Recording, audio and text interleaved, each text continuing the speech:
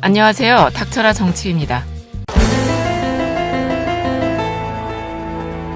요즘 민주당과 바미당, 그리고 정의당과 민평당, 또 대한신당의 협의체 여야 4+1의 선거법 개정안 협상이 자한당에서 말하는 가칭 비례한국당이라는 암초를 만나서 흔들리고 있어요. 더구나 정의당 이정미 의원이나 윤소아 원내대표는 자한당이 소위 비례한국당 선거운동을 하기 위해선 비례대표 등록을 전면 포기해야 하거나 만약에 그렇게 하더라도 선거운동은 매우 제한적일 거라고 오히려 민주당을 향해서 비난을 날리고 있어요. 그런데 지금 우리 국민들이 원하는 게 뭐냐면 선거제 개혁 같은 게 아니라 검찰 개혁과 공수처 설치 아니겠습니까? 그래서 지난 몇 달간 촛불을 들고서 서초동이나 여의도로 몰려든 것 아닙니까? 더구나 최근에 검찰과 자한당이 하는 짓을 보면은 순망치안이라는 고사성어가 떠오르게 되는데, 그러니까 검찰은 검찰개혁을 반대하는 자한당이라는 존재가 필요한 것이고, 자한당에서는 검찰이 조국 수사나 청와대 하명 수사 문제로 문재인 정부를 견제해주고 있으니 얼마나 고마운 존재냐는 겁니다. 그러니까 이 두 세력은 서로서로 필요한 존재고, 한쪽이 사라지게 되면은 곤란한 지경에 빠질 수밖에 없는 순망치한 관계라는 것이죠. 그리고 이런 검찰과 자한당의 본질적 뿌리엔 기득권이라는 DNA가 있는 것 아니겠습니까? 지난 일제강점기 시대 땐 검찰보다 경찰이 친일파들이 장악해 더 힘이 셌지만, 박정희 정권 때 5.16 군사 쿠데타로 집권한 후부터 경찰보다 검찰의 권력이 더 강해졌다고 하지요. 그러니까 그동안 독재 정권을 지탱하게 해주던 권력기관으로는 중앙정보부나 안기부, 지금의 국정원이죠. 그리고 두 번째 보안사령부, 지금의 기무사가 있었고, 세 번째로는 검찰이 있는데 그들을 또 직간접으로 뒷받침해주는 바로 수구 언론과 재벌들이 있지요. 이건 뭐 우리 국민들이라면 다 아는 사실일 텐데요.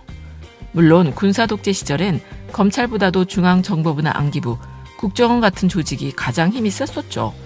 그러니까 민주화 투쟁에 나선 학생이나 정치인들을 향해서 북한에서 온 간첩으로 몰거나 영공분자로 몰아서 아주 잔인하게 고문도 하고 죽이기도 하지 않았습니까? 심지어 바다에서 고기를 잡던 어부들은요, 파도에 밀려서 북한 쪽으로 표류하는 일들이 비일비재했으니 간첩 누명을 뒤집어 씌우기 딱 좋았다고 하고요. 하지만 6월 항쟁 이후에 이런 권위적인 조직은 견제를 받게 되기 시작하면서 촛불혁명 이후엔 개혁의 대상으로 떠오르게 되었고, 그 결과로 그동안 그들이 저지른 폐단이 많이 시정되기는 한 것 같아 보여요. 그러니까 국정원에서는 정치개입 금지로 현재까지는 뭐 큰 문제가 발생하지 않았는데, 문제는 검찰 아니겠습니까? 아니 60년 이상 기득권을 누려온 우리나라 검찰은 세계 유일의 권한을 한 손에 쥐고서 무소불위의 존재로 군림하고 있는데 왜 유독 검찰만 기존의 기득권을 버리지 못하고 있을까? 국정원이나 기무사 같은 곳들도 개혁이 되고 있는데 말이죠. 그 이유는 바로 정권과 유착 때문이란 것이죠. 바로 수사권과 기소권을 세계에서 유일하게 모두 가지고 있는 우리나라 검찰은 정치권의 비리를 미리미리 수집해 놨다가 결정적인 시기가 오면은 하나씩 꺼내서 써먹는다는 것이죠. 소위 책을 잡아서 정치권을 검찰에 유리하도록 유도하는 것 아니겠습니까? 그러니까 어느 정치인이라고 해도요, 검찰이 찾아와 이런 사건이 있었습니까? 하고 증거를 들이밀면은 과연 큰 소리 칠 수 있겠습니까? 더구나 검찰과 관련이 있는 법사위 소속 정치인이라면 더더욱 그렇죠. 그러니까 지금까지 검찰은 법사위 소속의 국회의원들 비리는 대충 눈을 감아주면서 기소하지 않거나, 기소를 한다고 해도요, 공소장을 엉터리로 쓰면서 재판에서는 무죄가 나오게 해주는 것 아닌가 싶다는 것이죠. 더구나 조국 전 법무부 장관 청문회 때요, 우리 국민들이 목격하지 않았습니까? 자한당 의원들이 바쁘게 움직이면서 전화를 받는 걸 목격했었죠. 그리고 잠시 후 그들의 입에서 나오던 말이 부인이 기소되면 사퇴하겠습니까? 그러니까 청문회 때 벌어진 그 장면은 충분히 의심할 수 있는 상황이었단 것이죠. 그리고 검찰 안엔요, 아직도 우병우 사단이 남아있고 지금도 정치권에 줄을 댈 승진한 사람들이 다수 존재한다고 의심하지 않을 수가 없는데 우리는 그들을 정치검사라고 부르죠. 그러니까 만약에 우리 국민들이 외치는 검경 수사권이 조정이 된다면, 경찰에도 수사권과 수사 종결권이 주어지게 된다면 검찰 쪽으로선 말 그대로 속빈 강정 신세가 하루아침에 되고 마는 거니까. 그리고 또 거기에다가 공수처까지 설치가 된다면 검찰들 자신이 수사 대상이 된다는 겁니다. 그러니 지금 일어나는 상황은 아주 당연하다는 것이죠. 더구나 검찰이 가진 진짜 노른자가 뭐냐면 바로 전관예우 아니겠습니까? 참고로 노무현 전 대통령을 수사했던 대검 중수부 수사기획관 홍만표 변호사는요. 검찰에서 나간 후 1년 만에 100억을 벌었다고 하는데 지난 2013년 건강보험 직장가입자 보험료 납부자 공개 때 홍만표 변호사는 월 평균 7억 6천만 원을 벌어간 사실이 밝혀졌다는 거예요. 그러니까 연봉으로 치자면 90억 원이 넘어요. 90억 원. 그리고 근로시간을 주 52시간 줄인 건 너무나 과도한 조치라고 하면서 국민들을 더 일하게 해야 한다던 자한당 황교안 대표도 변호사 수임료를 17억이나 받아서 무리가 됐었죠. 그러니까 이만한 월급이면요. 웬만한 중소기업의 1년 수익이란 겁니다. 더구나 대기업과 관련된 사건을 수임하게 되면은 그건 뭐 부르는 게 값이라고 하니까 그렇게 검찰에 불리한 세력들의 증거는 없애고 자신들에게 유리한 세력들의 증거가 나오면 그냥 덮는 게 그동안의 관례가 아니었을까요? 그렇게 기득권 세력의 이권을 보호해준 대가로 검찰에서 퇴임을 하면은 대기업 고문 변호사로 가거나 아니면 대형 로펌에 들어가 후배 검사들과 작당해 비리를 덮어주는 식이니 그들이야말로 순망치 않의 관계라는 것이죠. 물론 모든 검사가 그렇다는 이야기는 아니에요. 임은정 검사나 서지영 검사처럼 불의에 맞서서 싸우는 사회 정의 실현을 위해서 앞장서서 일하는 분들이 많겠죠. 하지만 우리 국민들의 눈으로 봤을 때 정치검찰이 바로 문제라는 겁니다.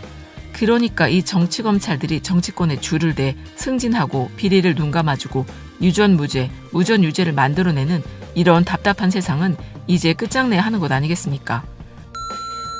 더구나 울산 시민들은요.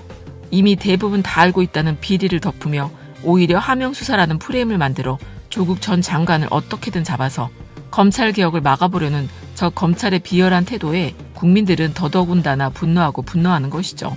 아니 법이 뭔지 잘 모르는 우리 서민들이 봐도요. 고래고기를 제대로 된 수사를 안 하고 돌려준 검사나 검사 출신 변호사 그리고 그 사건을 덮는 검찰과 침묵하는 수구 언론들 그리고 그 뒤에서 이들을 돈으로 조종하는 재벌들이 존재하는 한 이 땅엔 적인가 자리 잡기 어렵지 않겠습니까? 그러니까 국민들 70% 이상이 원하는 검찰개혁, 공수처 설치를 반대하는 정당은 내년 총선 때 반드시 철퇴를 맞게 될 것인데 정의당이나 소수 정당들, 국민들의 지지를 5%도 받지 못하는 야당들이요. 아니 선거제만 붙들고 늘어지고 있어요. 국민들한테 사랑도 받지 못해서 고작 5% 지지도 못 얻는 정당이 그동안 국민들을 위해서 무슨 일을 했다고 이렇게 떼를 부리나 이해할 수 없는 것 아니겠습니까? 그러니까 가끔 옳은 말을 꺼내는 박지원 의원이 이런 말을 했어요.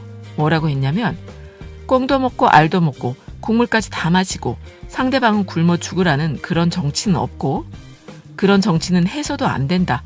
과거 양당제 시기엔 지역구도 타파를 위해서 석패율 제도가 필요하긴 했지만 현재는 사실상 다당제이고 연동형 비례대표제를 도입하게 된다면 석패율은 버려야 한다고 주장했습니다.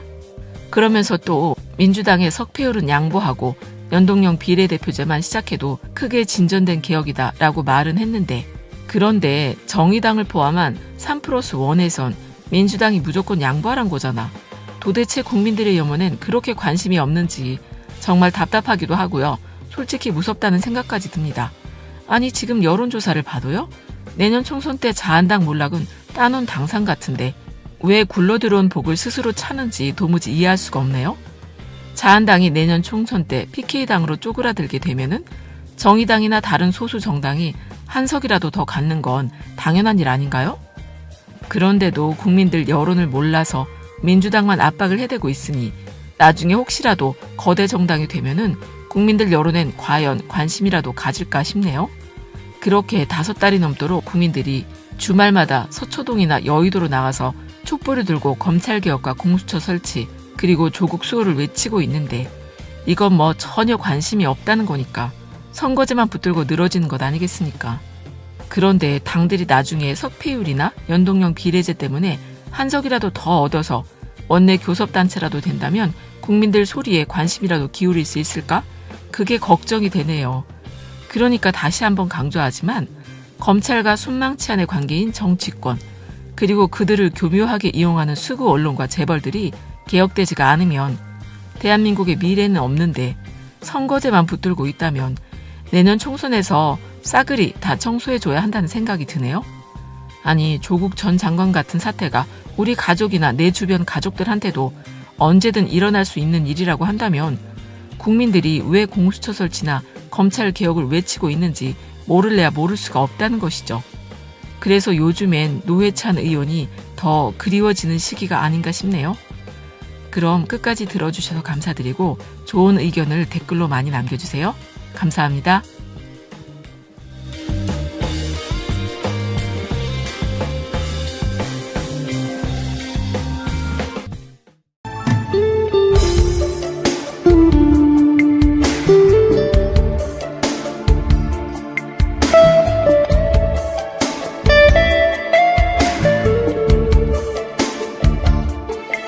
thank you